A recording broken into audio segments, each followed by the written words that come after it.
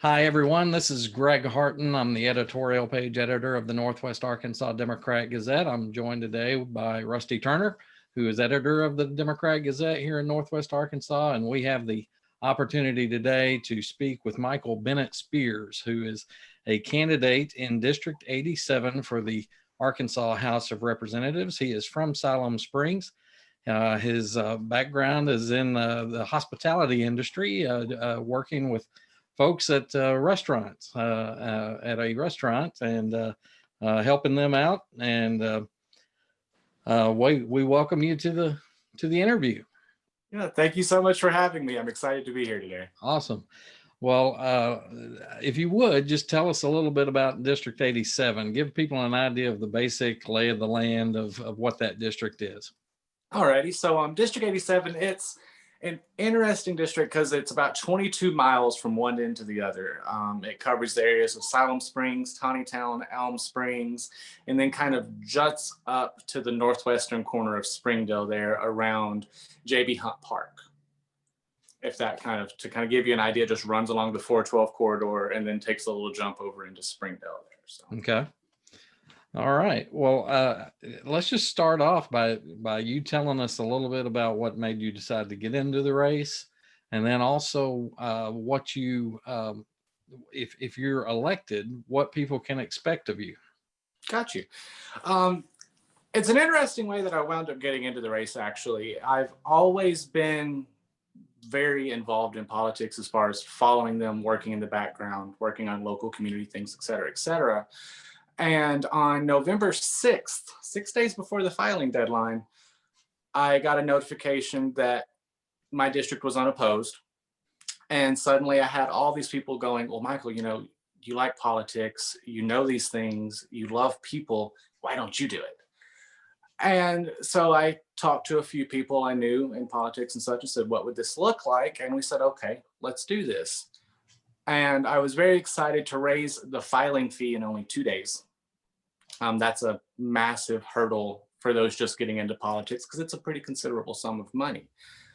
And so that's kind of how I got here is just, I'm the kind of person that wants to help people.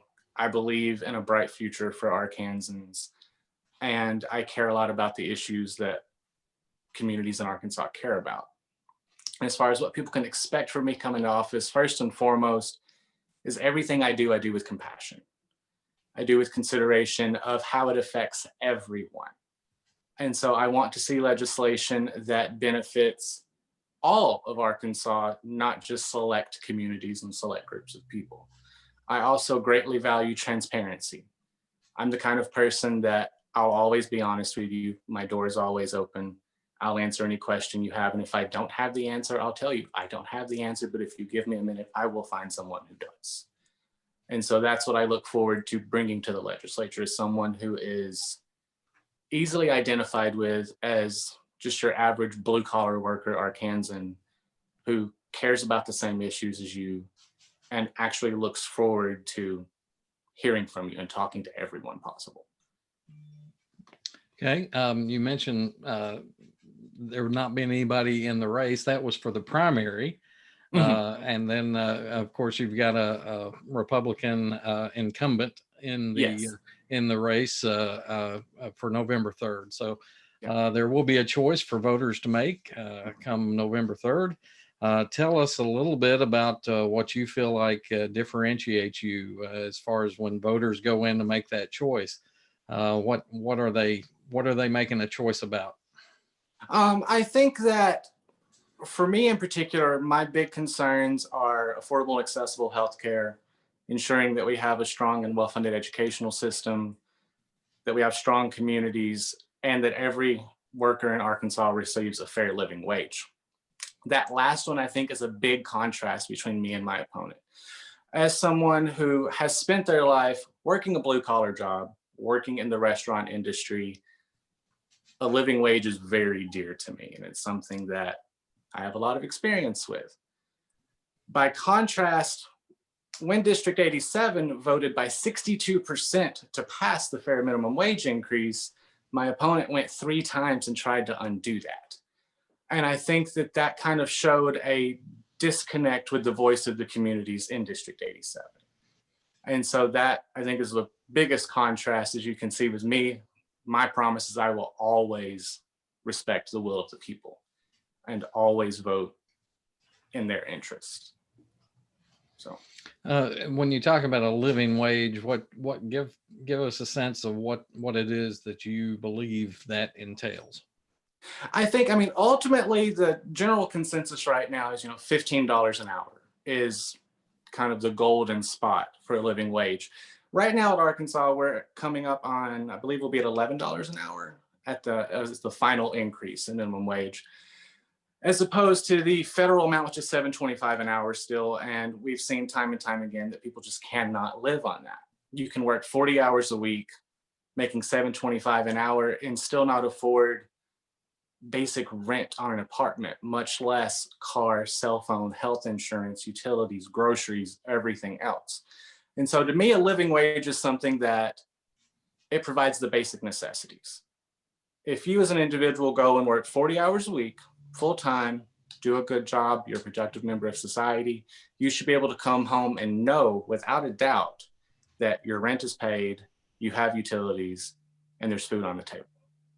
So that's the three, it's the basic necessities of life should be provided by that. Okay. Rusty, you got something you want to jump in with? Sure. You had mentioned you work in the hospitality industry.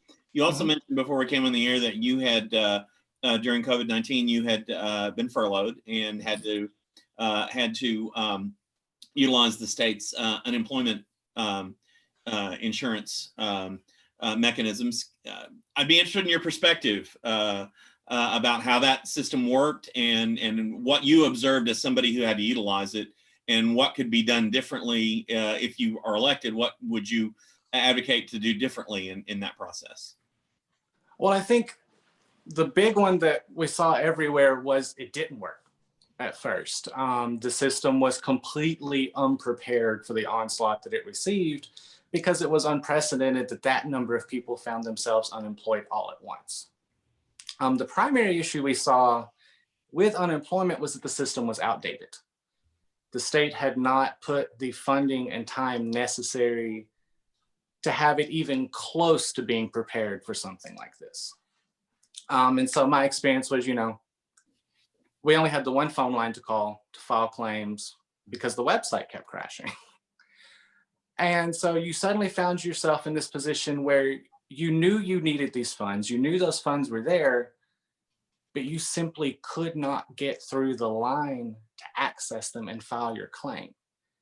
I knew some people, I got lucky. I was laid off. 2 days later, I filed. I actually went to the office in person where you stood in a line outside, took your paperwork in, and about 2 weeks later, I started receiving benefits. I knew some people who did not receive their benefits until 2 weeks before the restaurant reopened. And so they spent that entire pandemic with no income, even though they should have had it. The money was there. It was just a matter of getting the system to work. So what I would like to see if I was in office is more efficiency, more disaster preparedness, and something to where at least, sure, it's going to be difficult when something like this hits, but we at least have a good solid structure prepared to move forward with it and make sure that people can readily receive the resources they need to survive. Okay. And in a more general sense, tell me about your evaluation of the state's performance during the pandemic overall, not just unemployment, but all other aspects of it. And then if there's anything you would have liked to have seen done differently, what is that? What would they be? Overall, I hate to say that I think the state moved too slow on a lot of things. The mask mandate is a prime example. I greatly support the mask mandate. I think it was a good move. I think it should have happened at the very beginning, the minute we saw COVID-19 entering Arkansas, rather than a few months down the line, simply because had we done something like that, put that mask mandate in place, I think we could have curtailed a lot of the damage we saw from this. I would have liked to have seen broader participation in a lot of communities with the mask mandate, as far as people wearing masks and following guidelines, et cetera, et cetera. So those are the main things. Like the mask is a big one for me. And also contact tracing. You know, we struggled, we still don't quite have contact tracing where we'd like it to be. And it's kind of one of those things that we're at a point of going, well, we're never going to get there. We're never going to have enough contact tracers to follow these cases through to ensure that people know if either A, they are positive, B, if they've been exposed to someone who's positive. And these are all things that are critical to controlling this pandemic, getting it over as quickly as possible, and getting our economy and society back to running as close to normal as we can get through this. Okay. There's a difference, I guess, between being a average Joe citizen who thinks that, we should all wear masks and all of that, and being a lawmaker who has some ability to influence, public policy at the state level. When you talk about all of your kind of desires as to when the mask mandate went into effect and you wish more people were doing some of those things, what do you think the legislature should do to actually, once we have a mandate, or, how do you put into effect something that makes people do what you're saying they need to do? I think with that one, it's not so much a matter of, strong arming, of making people do things, as it is ensuring that the information is broadly accessible to communities. Like, these are the benefits of wearing masks. These are the cons of not wearing a mask. Making sure that information is available in not just English, but in Spanish and Marshallese as well. That's a big one in Northwest Arkansas. And I think that we should have done just more of a broader, for lack of a better terminology, PR campaign with it, of saying, okay, this is COVID. These are the effects of COVID. These are the things we can do to mitigate the damages of COVID. And so it's not that I necessarily believe that we should have just come in and forced people to do things, but I think we could have approached it in a much more unified way and in a much more clear and efficient way, so that everyone has a good understanding of why you should do these things. And some lawmakers have actually filed a lawsuit against the governor in terms of his use of executive power and or his executive authority and extension of the emergency by which a lot of the public health measures are in place, claiming that the legislature should be more directly involved in that, especially after so much time has gone by in the midst of this pandemic. How do you feel about that? I believe that there's a weird disconnect. It's disquieting to see this divisiveness, both within the legislature itself, amongst its members, and between the legislature and the governor himself. I think that we should be putting more effort into working together and to doing something that we all came to a unified agreement on. I can understand the legislature's concerns of, well, we just kind of got left out. To my understanding, Asa Hutchinson's response to some degree was, well, I did what I had to do for the safety of Arkansans. And I can completely respect that opinion on that. And so at the end of the day, yeah, that would be, I just think that we need to be putting more effort into ensuring open communication amongst all the branches, making sure we're all on level playing field. I don't think it should be the job of either one role or another. I think it should be a concerted effort amongst the entirety of the government in Arkansas. And some of the folks who supported the lawsuit and signed on as on the lawsuit indicate that it's their belief that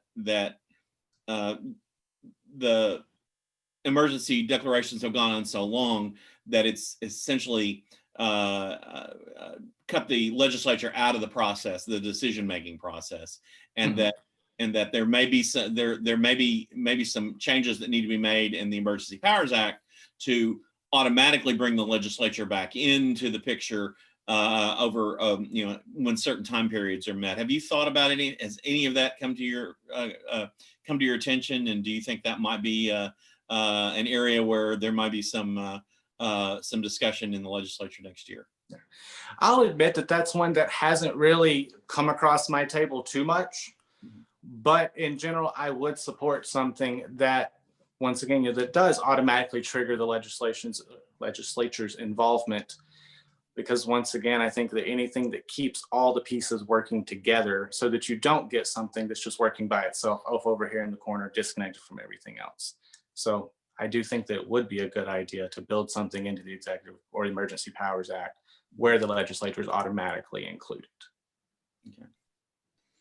One of the other things that's been going on during COVID-19 has been, the real conflict between race relation, I guess what you would call race relations, and law enforcement, and just in the broader sense, just in society in general.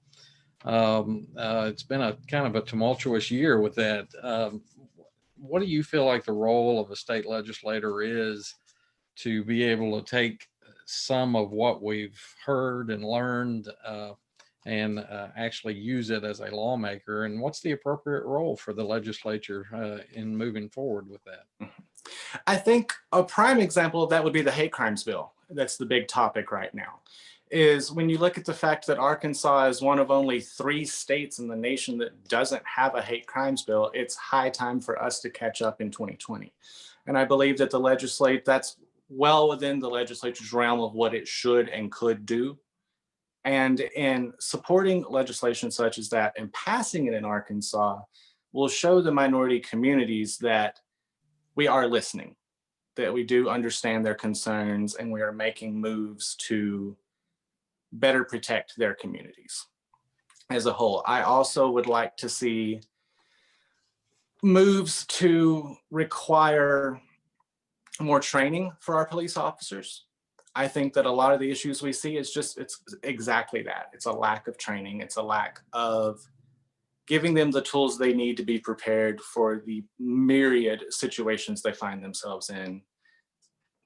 And so now on a state level, well, and I think this next one may be more of a local level thing, but we should be working more to ensure that our officers are out in the community, that they know the faces that they're interacting with, so that it's not just a dangerous stranger. So you get in, you say, oh, well, I know this guy, and so I have a history of interacting with him. Therefore, that's going to kind of mitigate the adrenaline in the moment. You don't have that unknown that makes people feel unwary and therefore leads to, frankly, the police brutality we've seen in some places. And so I think, once again, it's a matter of passing legislation that shows that the legislature is listening and paying attention, and also just making those efforts to ensure that our communities are connected and that everyone's communicating amongst each other. And do you get the sense that the hate crime legislation is, should that be viewed as a response to the police brutality issue? I think the police brutality issue is a part of it, but by no means the end sum. The hate crimes bill covers such a broad spectrum of things that we need to see in society, that the police brutality is just one small piece of it. If that's that kind of. So you could see so much of this arose out of the Minneapolis situation, and all that. Would you be able to see the hate crime legislation being applied to a police officer who is in that situation? That's what I guess those are the 2 dots I'm trying to connect, is how Gotcha. Hate crime legislation connects to that sort of situation. I think that one gets tricky. I don't know that you could necessarily turn around and charge an officer with a hate crime. That would take a lot of evidence.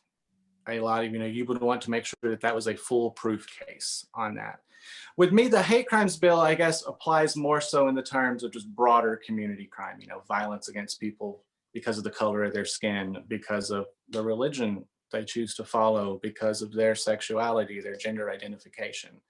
And so while I think that there may be some overlap in terms of that, I don't think it would be the main focus of connecting that with police brutality. Okay. No, go ahead, Rusty. All right. I was going to change topics and move to highways, roads, and how we pay for them. There's a question on the ballot in November about extending an existing half-cent sales tax, making it permanent to continue to pay for road and highway improvements. So a component of that is that some of that money would come back to cities and counties to assist them as well. So tell me what you think about issue 1, whether or not you're going to vote for it, and why. Issue 1 is actually one that I have kind of evolved on as time has gone. I know that previously when I spoke with the Dem-Gazette, I had said that I supported ballot issue number 1 because I believed in the importance of making sure that our roads and highways and transportation systems are maintained because they're critical to our economy. However, after speaking to a lot of people in the community and kind of digging into it more myself, I would have to say that I don't support ballot issue number 1. The reason being that is it's a regressive tax. And primarily with something like that, so a regressive sales tax places the majority of the burden on lower income individuals. It's just the nature of a sales tax kind of thing. And so I don't think it's a good idea to build a regressive sales tax like that into the Constitution, so that from here on out, it's mainly the job of lower income individuals to make sure that our roads and highways and transportation are paid for. I would much rather see legislation that kind of focuses on a tax that comes primarily from our corporations, our bigger businesses. And the reason I say that is because those are the ones that gain the most profit from the roadways, transportation, et cetera, and also due to transporting goods result in the most wear and tear on the roads. And so that way you're not placing all of the burden on individuals who are already strapped for cash. Does that kind of make sense? What I'm saying? So your opinion on that has evolved, and over what time period? You said you apparently in an interview on the news side, you said you'd supported it. How long ago was that, and how long has that evolution taken? That is honestly, it took me a few months because it's a really complicated thing. You know, it's one of those things that at face value, it's real simple. Do you want to support having our roads and everything maintained, or do you not? And then you start digging into it. And over the last few weeks, I have kind of dug in and taught myself more about regressive sales tax, what those mean, where those apply, and talk to people in the community and, you know, what are their thoughts? How do they feel affected by this, et cetera? And so it's been a long road of researching, thinking about it, to lead me to the conclusion of I actually wouldn't support building that into our Constitution. And that's my main thing, is building it in such a permanent way.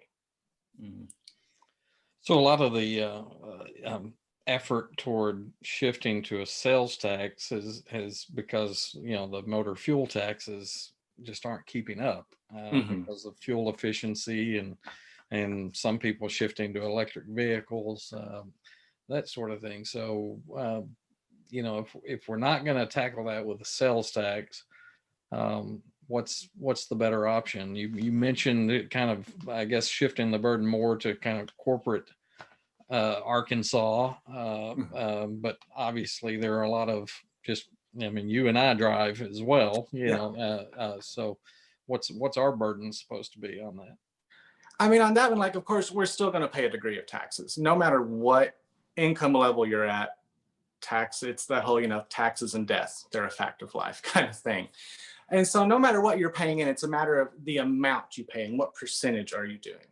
And so once again, like with the regressive sales tax, just the way economy works, your lower income people are buying more food and electronics and that's what the majority of their income goes toward. So the majority of their income is going to be taxed with that regressive sales tax. Frankly, getting into budgets and how we're paying for things, et cetera, I would like to see more focus on actually making the state budget in and of itself more efficient and paying closer attention to what we do with taxpayer dollars. So that rather than saying, oh, well, we've got to add a whole nother tax to this or take more money out of people's pockets, just use the money we already have more wisely and allocate it appropriately there. You know, if you take, for instance, the Arkansas Works program, that was a program that put the requirement to work to have health insurance. That resulted in $26 million being spent in the state, 18,000 people being kicked off their health insurance, but had zero effect on the unemployment numbers. The idea being, these individuals who had state-funded healthcare or state-subsidized healthcare just needed to go out and work. Well, people lost insurance, the state lost $26 million, and nothing changed. So if we didn't have inefficient programs like that in place, if we had researched that more and looked at that more deeply, that's $26 million that we could have used for something like roads. And so that's what I would like to see more of. I don't want to see more taxes on anybody, really. I don't want to be that individual who's, take money from the corporations. No, I would just rather see us use the money we already have with the systems we already have in place more wisely. I think you've seen or on some of your, I don't know if it was Facebook or somewhere out there in the internet world, that you were advocating for the renters' rights and for yes, for tenant habitability. Yeah, that's a tough word. That's a hard one.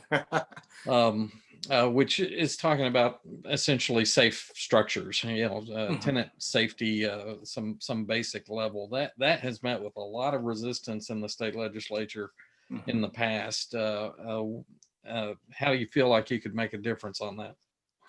With that one, I think there's this weird idea with renters' rights that it just means people don't have to pay rent. And to me, that's not the case at all. While part of that is protections for people in terms of, you can't just be kicked out of your home for no reason. There has to be justifiable cause, et cetera, et cetera. To me, renters' rights means more so ensuring that a building is safe. That, a prime example is in Springdale recently, we had an issue with, I brought up with apartments who were infested with mold. The ceilings were caving in, the floors were wrecked. We should have base requirements in Arkansas for what a structure must be for you to rent it out to people. As it is right now, we don't even require a smoke alarm to be placed in buildings. And we've actually seen resistance from members of the legislature for something so basic as a smoke alarm. And so that's where renters' rights comes into me, is I don't believe that, you shouldn't have to pay rent, but if you are paying rent, you should be able to expect to have a safe, healthy home to live in. And on the flip side of that, if you are a property manager or a homeowner, rental property owner, there should be a base expectation for you to maintain your place, to ensure that you've got electricity, running water, air conditioning, that there are no, mold and health concerns in the house and that kind of thing. I've actually, heard from people who you would think would support that, but from renters who basically kind of feel like, don't come in here, this is the place I can afford, and you're gonna make my rent go up if you start putting all these requirements on the landlord. Which that surprised me, because you would think that all renters would think, yes, we should have smoke alarms, and yes, we should have working, all. And sometimes you don't get that response. What, are they wrong? That one is complicated, because I can completely understand that fear, of, well, yeah, the apartment I live in isn't that great, but it's cheap because it isn't that great. Right. Yeah. And that puts us in a weird spot as we would transition into having those kinds of rules where you must maintain this, you must do this, et cetera, et cetera. Because the only reason that exists is because we've already previously built an environment that was ripe for that kind of thing to happen. Of, if you want good housing, if you want safe housing, well, then that's going to cost you $1,000 a month. But if you're willing to forego your own personal health, I've got this one for $400 a month. And I think that would be a complicated one to address, and the way I would approach that would be, we need to ensure that there is rent-controlled housing available. We need to ensure that our public housing system is strong, that individuals have access to low-income housing rather than every city just building row after row after row of this high-end expensive housing.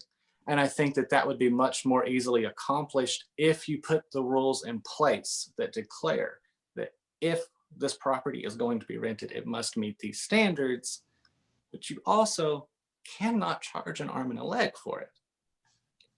And so it would take a very multifaceted approach, but I believe that we're fully capable of it. Okay. I think the clock says we're just about out of time, believe it or not. That Always passed quickly. flies by. I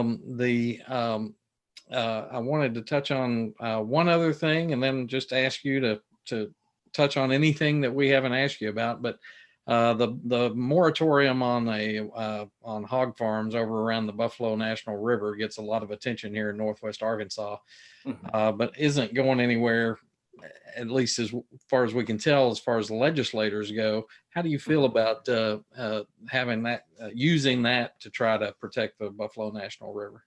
I believe that that's incredibly important. I grew up in Northeast Arkansas, and so I grew up around agriculture, around livestock farming, et cetera, et cetera. And the undeniable fact of that is that it can wreak havoc on the waterways. And when you consider the Buffalo River in particular, one of the first federally protected rivers and a major source of income for communities along it in terms of tourism, if we don't maintain that moratorium and we allow hog farms to come in, and those hog farms result in runoff into the river and destroy that ecosystem that draws so many people every year, it's going to completely wipe out whatever economic benefit there may be to allowing that hog farm to be there. And so I think that we have to remain focused as the natural state on protecting our natural resources, such as ensuring we have clean waterways. So. Okay. All right. Is there anything that we haven't touched on that you wanted to make sure you had the opportunity to address? Really, I think we've covered a really good broad topic here. I would just like to end with saying that, to drive home the fact that my campaign is about affordable, accessible healthcare, strong education, strong communities, and a fair living wage. And I think that those are things that cross the aisle. I think those are things that every member of our communities care about. And those are the things that I will fight for in Little Rock. So. All right. Well, thank you so much for being here. I'll thank you on behalf of Rusty and our newspaper. We appreciate the time that you've spent with us. Thank you so much. All right. Take care.